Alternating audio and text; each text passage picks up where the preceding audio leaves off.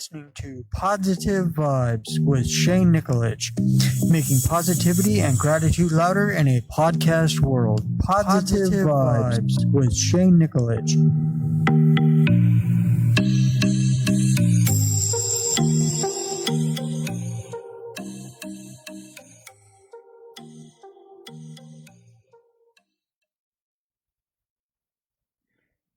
Good morning and welcome to Positive Vibes, making positivity and gratitude louder in a podcast world with myself, Shane Nikolic.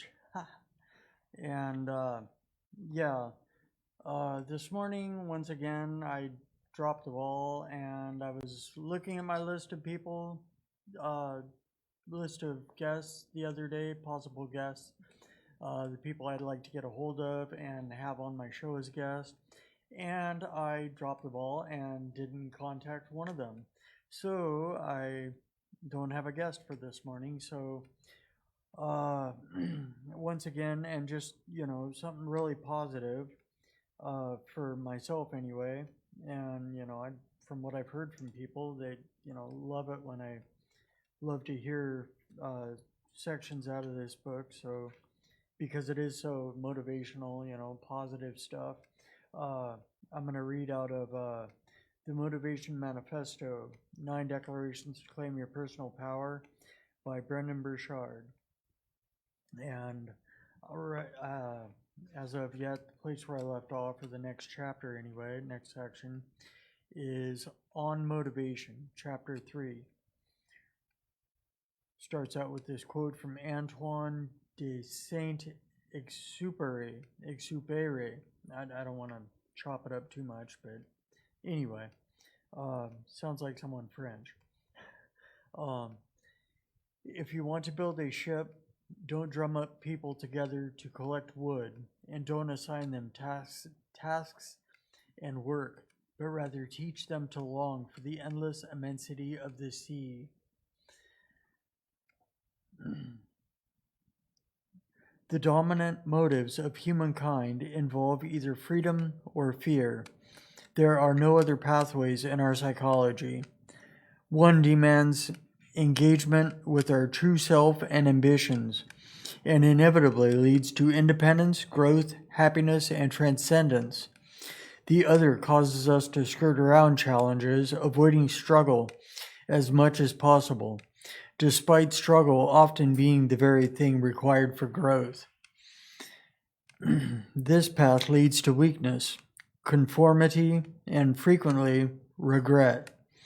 Through the pursuit of personal freedom, we discover our destiny. Through fear, we look at our demise. Our reasons for tapping into these motives are often called our motivation. We can feel motivated to move forward or to halt, to grow or to shrink, to settle or to chase greatness.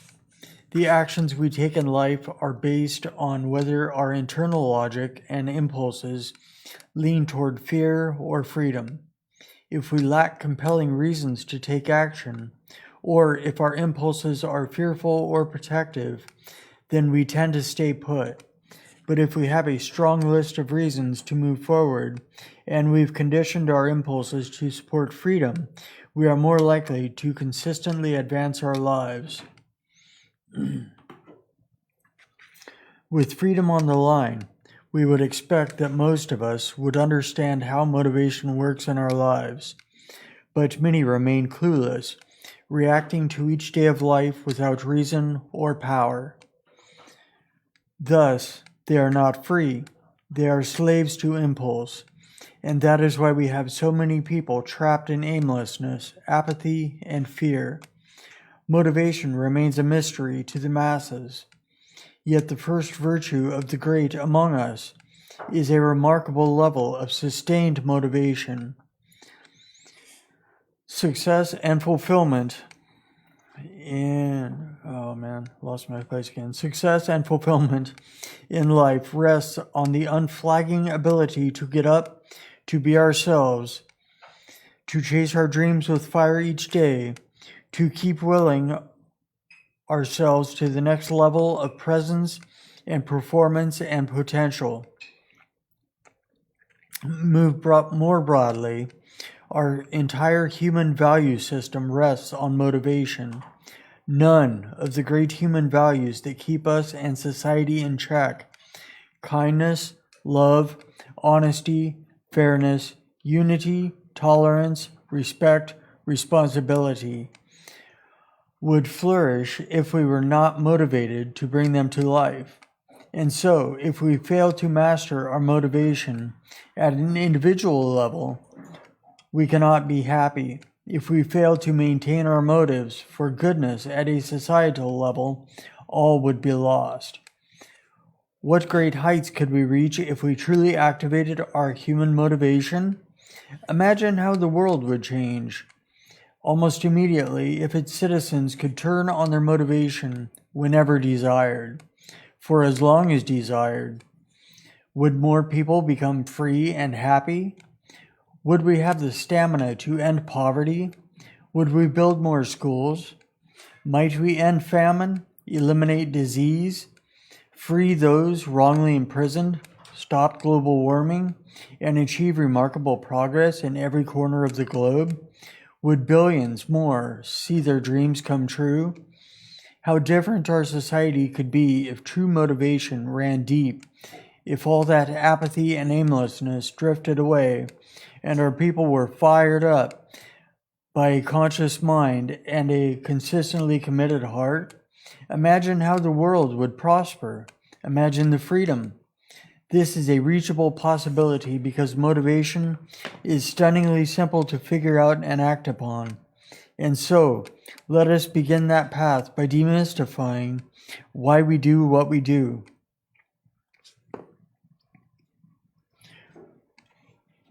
Our first step is to understand motivation's root, motive.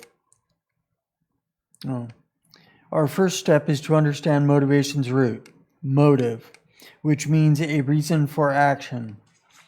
It's the why we do something.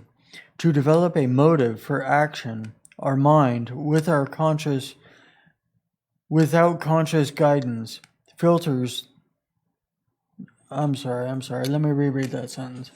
To develop a motive for action, our mind, with or without conscious guidance, filters through various thoughts, feelings, and experiences, and chooses from them a set of reasons to do or not do something.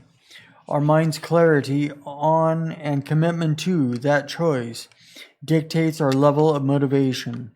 If we are clear and committed, we will feel high levels of motivation. If we are unclear or uncommitted, motivation will be low. From this process comes a simple axiom. The mother of motivation is choice. Our mind chose a reason for action, and it either committed to that choice or it did not, and thus we experience a high level of motivation or a low one. In this truth, we find our greatest personal power, the ability to take over our impulses and direct our minds to choices and commitments that will serve us.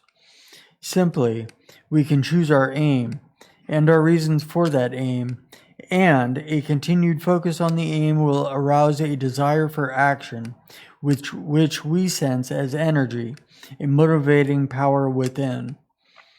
A hallmark of those who achieve greatness is the discovery that they can control the level of motivation they feel by better directing their own minds.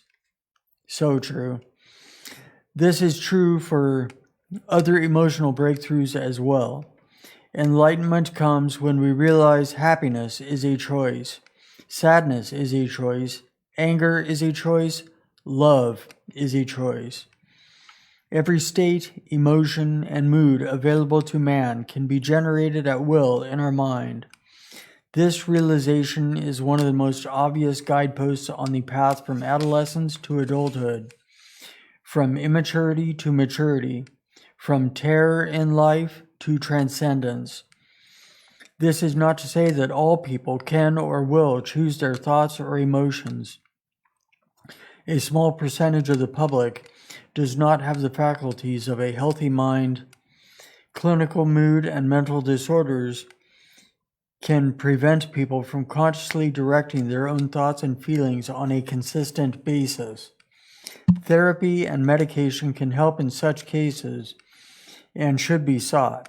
We must not discount the challenges faced by those with real disorders and biological issues that prevent their progress in life. Though the vast swath of the population does not suffer from such clinical disorders, they may show a lack of self-awareness as well as poor mental habits. Most people have simply not yet chosen to prize self-mastery or to work toward it. They do not need drugs, and they need desire. They do not need drugs. They need desire and discipline. They do not need a prescription. They need a new life philosophy. Even in those cases where a person needs medication and therapy over the long term, their treatment will also almost always include efforts to help them choose thoughts and behaviors that better support their well-being. Even in mental illness or traumatic brain injury, all roads of recovery lead to better understanding and directing our own minds. If we become cynics and decide it is too difficult for us or anyone to control our mind, then we are destined to forever drift in a sea of impulses and social cues, a life of reaction and distraction rather than one of conscious design. The long evolutions of philosophy, psychology, and neuroscience share a common theme of unlocking human potential by leveraging reason and the full power of the mind. Reason is the secret to developing a motivated and independent identity. I think, therefore I am, and I do. Motivated people seize this truth.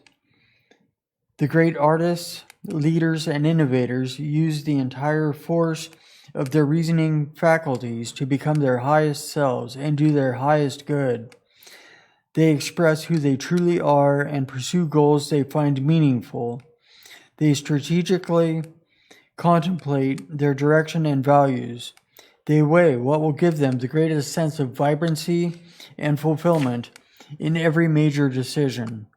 They select from life's abundant array only the courses that suit their nature and their intention to be free and to serve. They are resolute in calling forth their greatest character traits and wrestling their lowest impulses into submission. They appear in the eyes of the mindless masses to be the lucky ones, the chosen. In fact, they decided to choose. People who are motivated are not lucky. They are conscientious. They choose to use their minds in a more purposeful way in order to energize and lift their lives. And for that, they tend to achieve more and gain more respect. The thoughtful woman who is in charge of her own mind and emotions has extraordinary power and earns high regard. But the man not in charge of his own mind, close one there. Had some curry last night and I've been sneezing ever since. Let's see here. But the man not in charge of his own mind is lost in a swirl of unpredictable and often unwanted thoughts and impulses. He is seen as immature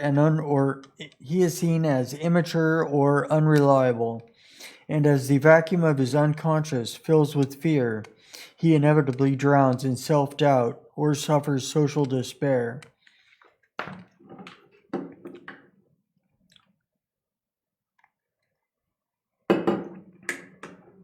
Oh, good morning, Vika. How are you? When we understand that thoughts and emotions can be chosen, then we finally realize what we err in saying, I don't feel happy, or I feel sad and there's nothing I can do about it. Since we have some choice in how we feel at any given moment, The more accurate statements would be, I am not using my mind right now to generate a feeling of happiness, or I have been choosing to focus on sad things for a while, and that has created this feeling of sadness, or I am allowing my unconscious impulses to direct me now, rather than using my consciousness to feel positive and design my ideal reality. One does not suddenly feel motivated any more than one suddenly and without cause feels happy. Happiness is a result of thought, not impulse. It is our mind's reasoning that what we are experiencing in the moment or in life in general is pleasurable, positive, and appreciated. An enduring sense of happiness is a prolonged intellectual high that comes from positive memory and choice, not a temporary physical pleasure.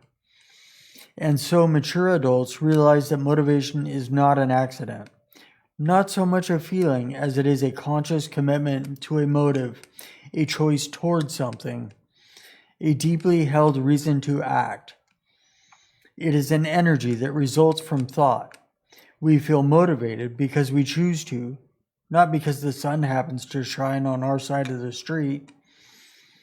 So, if we want more motivation in our lives, we must make clearer choices and more deeply commit to them. Can it be so simple? All we do is make clear choices and deeply commit to making them happen, and we feel motivated? Yes, to some degree, but mastery comes in understanding the nuances of this effort. There is a process that we can follow to more consciously activate and amplify motivation. Gaining command of this process gives us the intellectual and emotional ability to summon motivation to any degree we desire, for any length, at any time we choose. Sparking motivation. Psychologically, motivation is sparked by the energy created by ambition and expectancy. Ambition is the choice to be, have, do, or experience something greater in our lives. As soon as we want something greater for ourselves, our motivation is sparked. Do we want a better job, a better home, a better marriage, a better body, a better life? From such desires, our energies are aroused. The higher we desire, the higher the initial sense of motivation we feel. So we must go within and ask, what do I want for myself? What new goal would be meaningful to me? What am I excited about learning or giving? What great new adventure do I dream of? What grand pursuit or act of service will be satisfying to me and get me out of the bed each morning? Such questions are the secret to stoking ambition and thus motivation. It's simple. By deeply contemplating higher aims, we energize ourselves to pursue them. There is more. Many people want something better for themselves. Their ambition is alive and well, but they still do not feel motivated. Why? Because despite the hope for something more, they don't believe it can happen, or that they can make it happen. They lack expectancy, a choice to believe that their dreams are possible and that they can achieve them. Imagine the aspiring actor who never auditions. She wants to be an actor, but does not believe in her ability to make it happen. Consider the would-be entrepreneur who wants to start a business but never leaves his job because he doesn't believe he can make it on his own. These people learn a tough life truth. Desire without belief in self is ultimately deflating. Often, when motivation is lacking, we don't truly expect that we will realize our aim, and if we don't believe it, we know we cannot achieve it. So we won't even try. In this way, expectancy is the great differentiator between mere hope and motivation. When we find ourselves hopeful but not motivated, we need to add a little more faith to the mix, to tell ourselves, I expect that it will happen no matter what, because I have faith in myself to learn and grow and day by day make things happen. I will make my dreams a reality over time because I trust my ability to learn, to work, to ask for help, to persist. With these expectations, our minds begin to form the beliefs and behaviors needed to make our ambitions a reality. So let us focus our minds on seeing our dreams come true and on seeing ourselves make it happen. Let us sit down tonight and think of what more would bring joy and fulfillment into our lives. Let us journal about it and dream about it. Let us imagine ourselves doing great things with boldness and fire and commitment. This is visualization and internalization, a process of weaving expectancy deep into our psyche and the fabric of our being. This is the process of sparking our own motivation.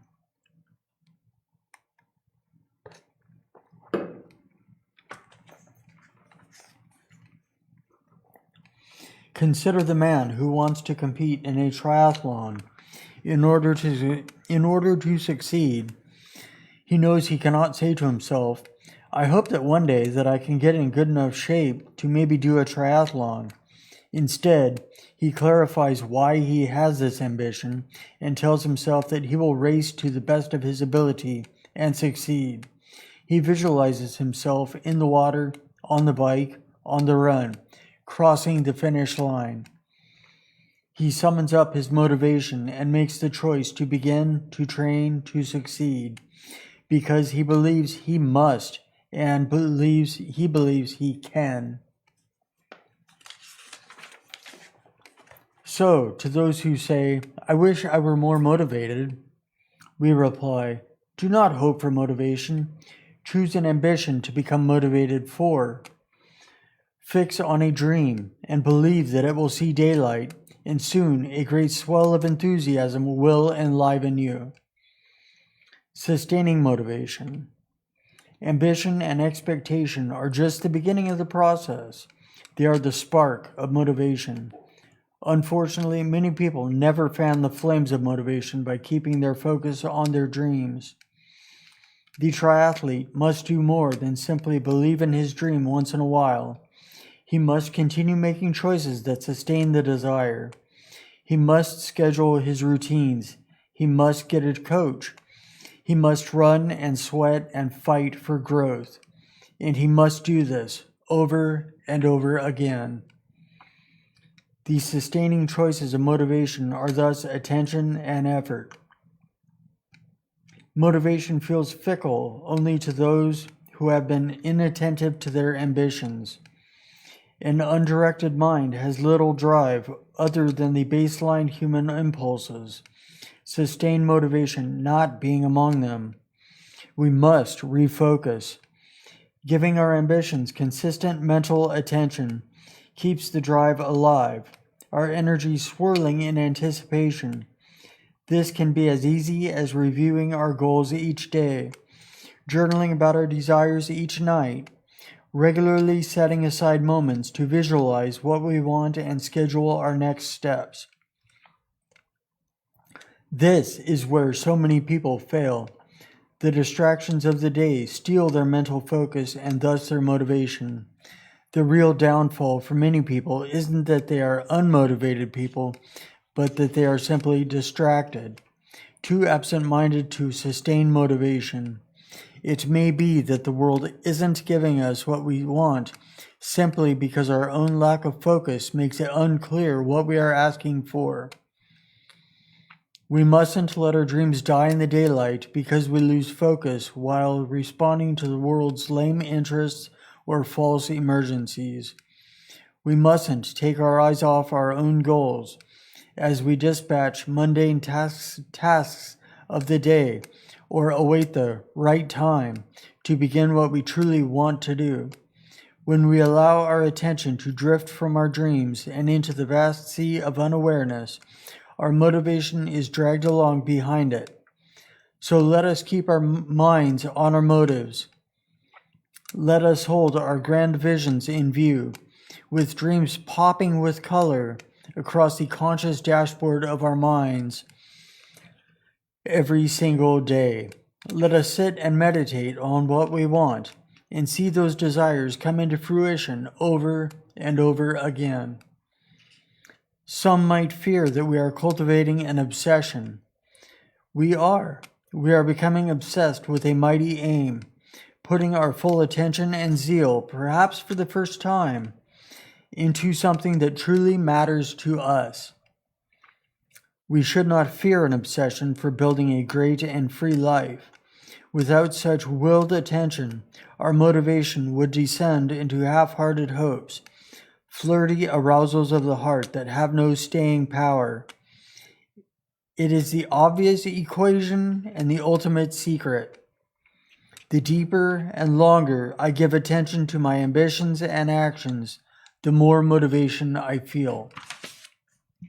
But we cannot merely think our way to sustain motivation. We must work our way toward it. We must put real effort into reaching our ambitions. We cannot attract or have that which we do not act toward.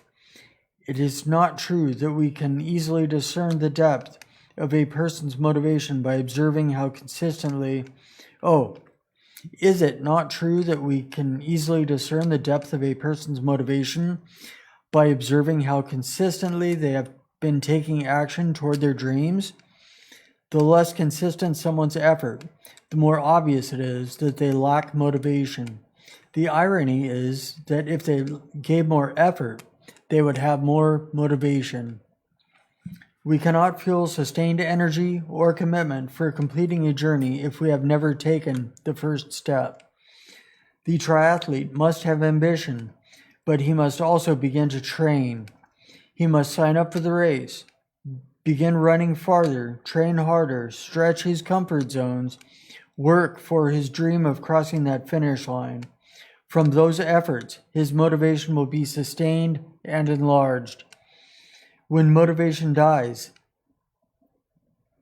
then it's not because our dreams died. It's because we never began or didn't sustain any real effort. Without taking steps forward, we never sense the highs of progress, and soon the energy is gone, and almost predictably, we quit. We often forget that it is sweat and toil toward meaningful pursuits that make us truly alive. So let us remember that nothing keeps motivation aflame more than hard work and the resulting momentum and fulfillment. To continue our efforts toward our ambitions despite fatigue and distraction and hardship, this is the mark of the truly motivated. Our life and legend hinge on our ability to keep marching on, to keep firing our will over the long term. Just one more heavy step toward our dreams often awakens the desire to follow it with another. And so the desire becomes clear when people ask, what is the ultimate secret to lifelong motivation? What is the ultimate secret to lifelong motivation? Continuing on no matter what. It hurts to think that, after all our struggles to feel more motivated, all we needed to do was give more attention to our ambitions. We would rather believe that during those roaring times of our lives when we were fired up, there was luck or an external force at play. We want to fall for the fallacy that we were more motivated because of environmental factors. Our back was against the wall, or Dad died, our wife needed us, the big door of opportunity swung open, God touched us, there was a baby to feed. But the stark reality is that those times we were motivated happened simply because we were willing and working ourselves forward more often. There was attention. There was effort. These things were daily, relentless, and inextinguishable. And these things were choices. We chose to give more attention and more effort towards something meaningful. There was no more. Choice energized us. It was our Savior, not the grace of changing circumstance, or dire need, or even divine calling. For how many people have heard such a call but chose not to respond? It is in choosing to respond or to circumstances or need or God in our own way, as a free and driven person with real action, that we emerge from the darkness. Let it be clear to all. Greatness belongs to those who have mastered the ability to focus relentlessly on their ambitions and act decisively toward them. Amplifying motivation. We have aroused our motivation and we have kept it burning. Now let us grow it and consider it. Now let us grow it and condition it through every fiber of our being and into every facet of our lives. Two choices will amplify our motivation to another level: attitude and environment. Attitude matters. Free and motivated people are positive and enthusiastic about their goals and their lives. Yet look at the millions of people drowning in the quicksand of pessimism, gritting their teeth in contempt at everyday experiences. Anger, hatred, and all the trappings of fear fuel the minds of the masses. There is a dispirited gloom hanging over so many. But why? But why? Is there a sudden reason to feel profoundly more negative about life? No. The issue at hand is a failure to choose one's attitude. Most people rarely even think about their disposition or how they are energetically experiencing or contributing to the world. This inattention to how they think and behave and serve, this unconscious style, is costing them their dreams and legacy. Just think of the people who have achieved great things. Are they sullen and bitter, negative and angry? No. What person ever achieved true greatness and fulfillment with a universally bad attitude? Those with a miserable attitude rarely move the needle of the world toward progress. Motivation never kindles anyone's soul to its brightest burn unless he or she is open-minded and fired with an enthusiasm for life. An open and positive disposition toward the world can attract people, bring joy into our experience, and channel the highest energies of the universe. So let us remember that in all circumstances, we can choose how we show up and feel and relate with the world. We must make it a game to meet difficult circumstances with a smile, good-natured intent, humor, and a cheering voice that rises above the somber murmurs of the aimless crowd. Keeping one's attitude positive even when the world conspires to make us mad is one of the great accomplishments of life. Outside of our direct will, one way to keep ourselves sane and positive is to surround ourselves with people who are sane and positive. Few things amplify our long-term motivation more than a positive social environment. I just like to point out or stick in there, whatever, interject, that basically it's, you take on the attitude of the crowd you're in, the crowd you place yourself in. Okay, moving along. Whom we interact with matters to our attitude and thus to our motivation.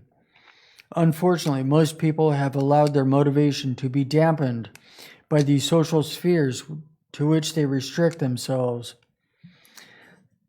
It is hard, though not impossible, to be highly motivated when surrounded by pessimists and jerks, or while living in the stress and chaos created by the drama queens and the absent-minded. It is also the rare individual who spends his days couch surfing and partying with drunken friends, then ends up stumbling on the secret to success and happiness.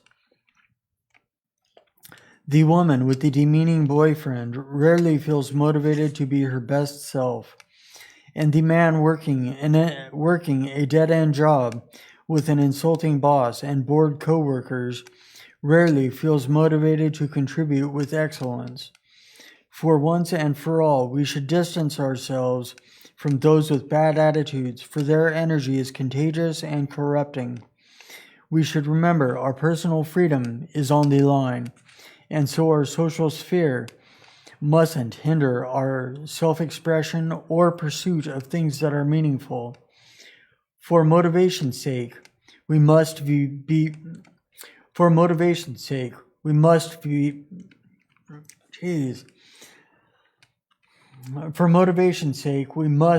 vigilant and surround ourselves with genuine and positive people who seek positive aims with positive attitudes.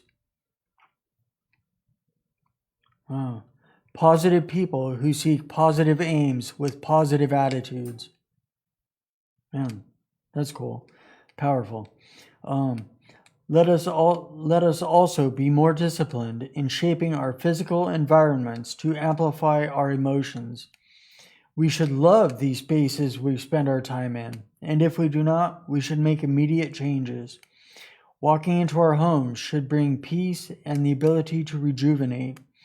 We should have plenty of light and a place where we cannot be disturbed, so that we can reflect, think, plan, make art. We should feel comfortable where we sleep and where we think. Our workspaces should inspire us, and we should have a ready contact list of other driven people to call upon when we need new inspiration. If we do not, again, we must make immediate changes to find and cultivate such relationships. If we lack a supportive place to live and work, or a positive peer group, let it be our mission to manifest those things in our lives. Our environment matters, and so we shall shape it to lift us into the next realm of motivation and joy. A clear path from victimhood. With this new understanding of our motivation, we move away from victimhood and find a clear path toward freedom. We can now bring motivation to life at any moment, and we can tell others how to do it. Choose an ambition, and with full force, expect that it is possible, and that you can make it happen.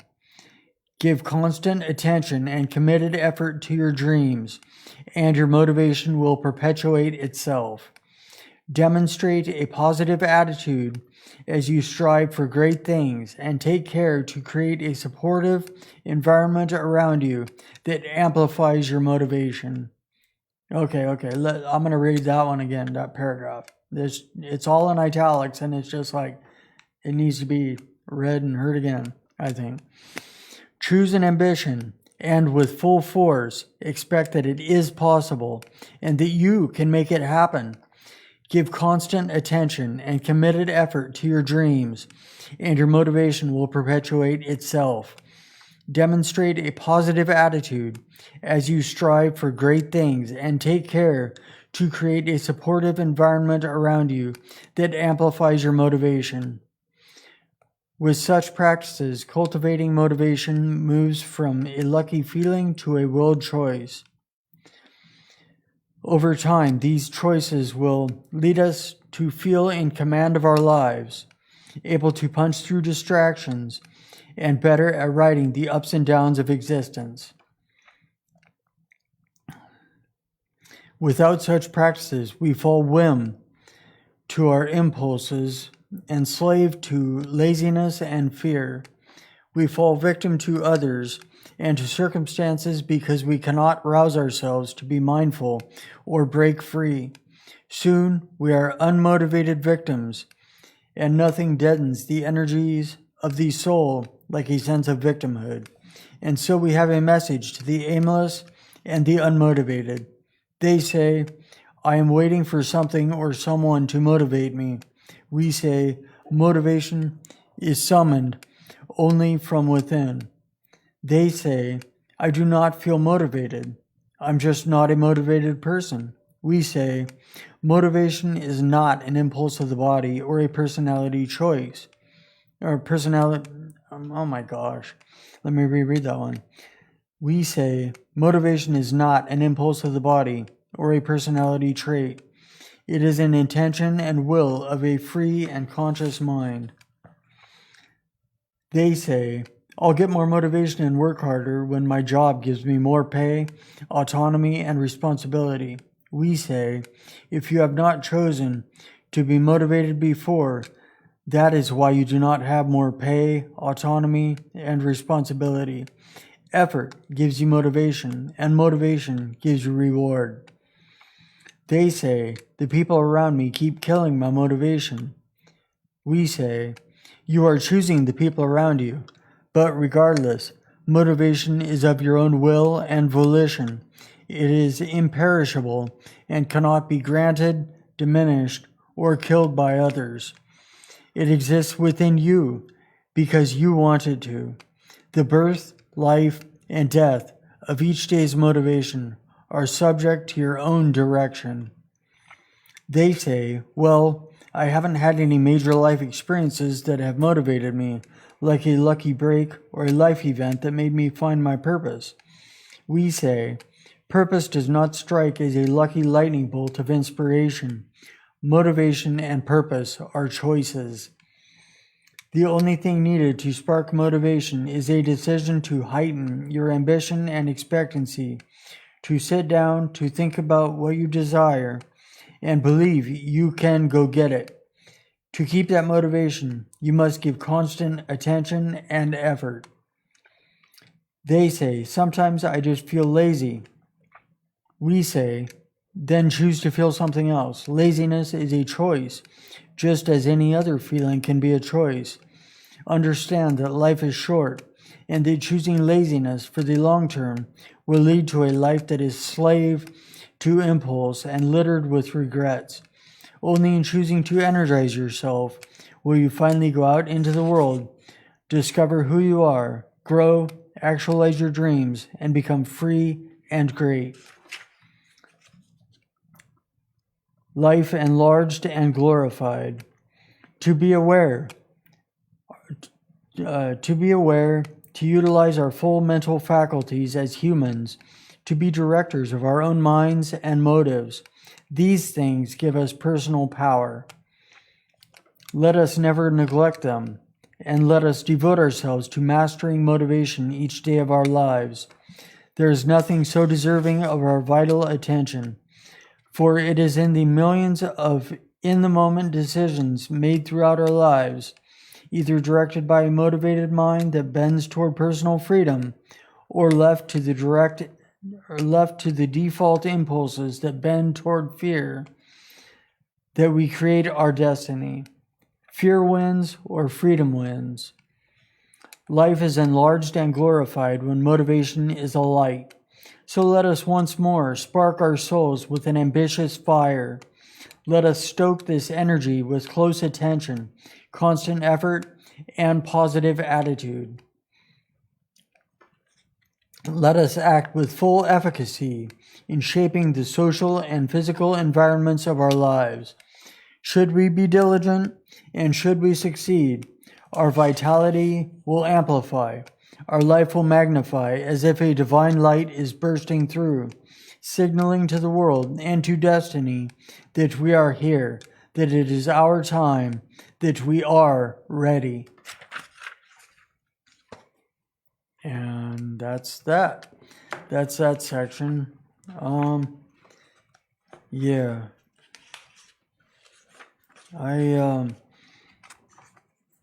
Man, on this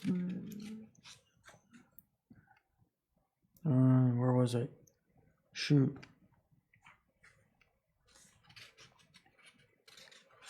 Yeah. I'm just going to read this one paragraph one more time. I know I've read it twice. Third time's lucky. Third time for luck. Or third time's lucky charm or whatever. I don't know. Choose an ambition and with full force expect that it is possible and that you can make it happen. Give constant attention and committed effort to your dreams, and your motivation will perpetuate itself. Demonstrate a positive attitude as you strive for great things, and take care to create a supportive environment around you that amplifies your motivation. Wow. Yeah.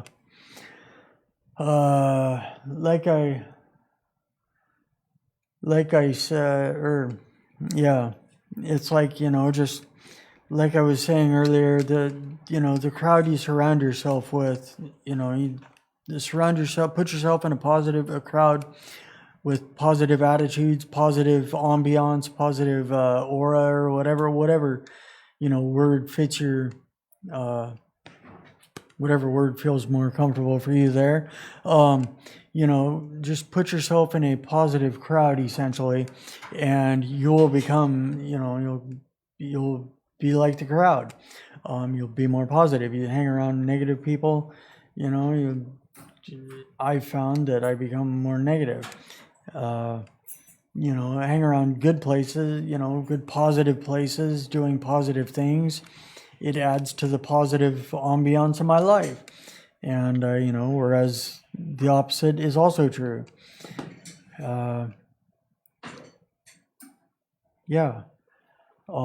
Basically, I guess that goes back to a couple of sayings, or a saying I heard long time ago. Hang around a barber shop long enough, you're bound to get a haircut. And I could throw out a couple more, but they're not appropriate. But at any rate, I guess that's my positivity, my positive attitude I wanted to throw out there for the day, is just to read that little section of the Motivation Manifesto. And if, you'd like to, of course, I'm not going to read the whole book, but, I'll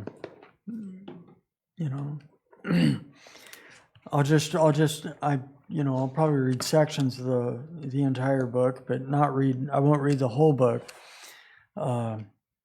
just in case, just because it is a copyrighted book and everything, but,